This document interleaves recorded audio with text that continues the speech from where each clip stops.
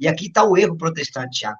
Confundir uma coisa com a outra. Então, a interpretação de Lutero é totalmente mentirosa. Não tem essa palavra somente a fé. O homem é justificado pela fé, mas essa fé não é somente, porque ela tem que estar em caminho de mãos dadas com a caridade.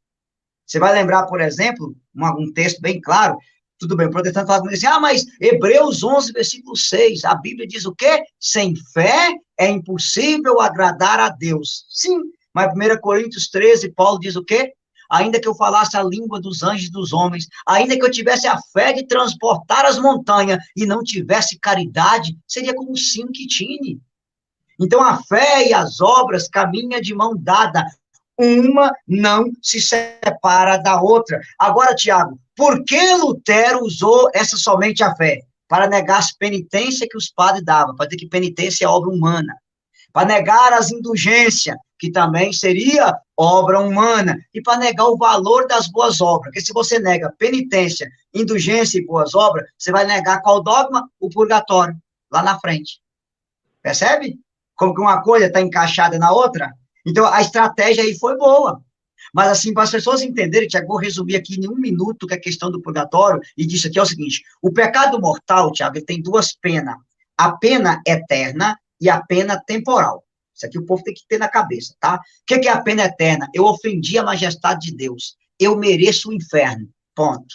Quando eu me arrependi, eu sou lavado no sangue de Cristo. Cristo apaga o meu pecado no sacramento da confissão. Aleluia. Fui perdoado da pena eterna. Sobrou o que agora? A pena temporal.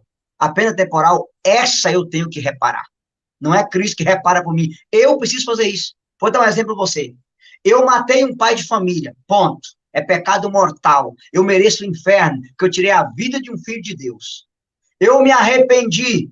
Eu sou lavado no sangue de Cristo, sou absolvido, mas eu devolvo a vida para o pai de família? Não. E os filhos sem pai? Sofre, sofre. E a esposa que perdeu o marido? Sofre, sim. E a mãe que perdeu o filho assassinado? Sofre, sim. Isso aí se chama pena temporal. E isso aí eu tenho que reparar na justiça divina.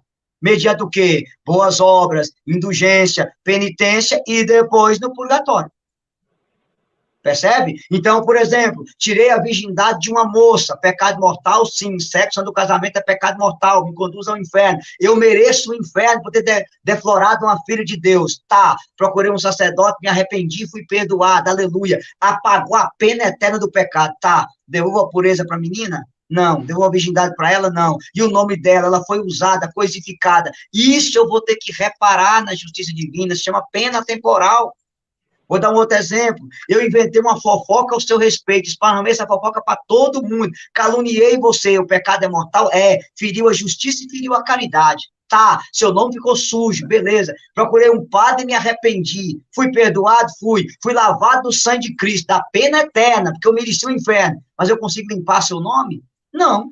Eu vou ter que reparar isso agora. É a questão da pena temporal. Então, os protestantes confundem muito isso, por quê? Porque já que a graça cobre você com um manto e a justiça é imputada e você não precisa transformar, então você nega a santidade. Aí é beleza. Tipo assim, eu peco, vou para gandaia mesmo, afinal de contas, no fim do mundo eu vou para o céu. Me ajuda, céu da boca da onça, o negócio disso aí. Então, essa é uma das heresias graves, sim. Mas esse sola fide aqui é uma mentira. Não está escrito isso em canto nenhum da Bíblia. Tá? O homem é justificado pela fé, mas não é somente pela fé. Esse foi o erro de Lutero, tá? Então, vamos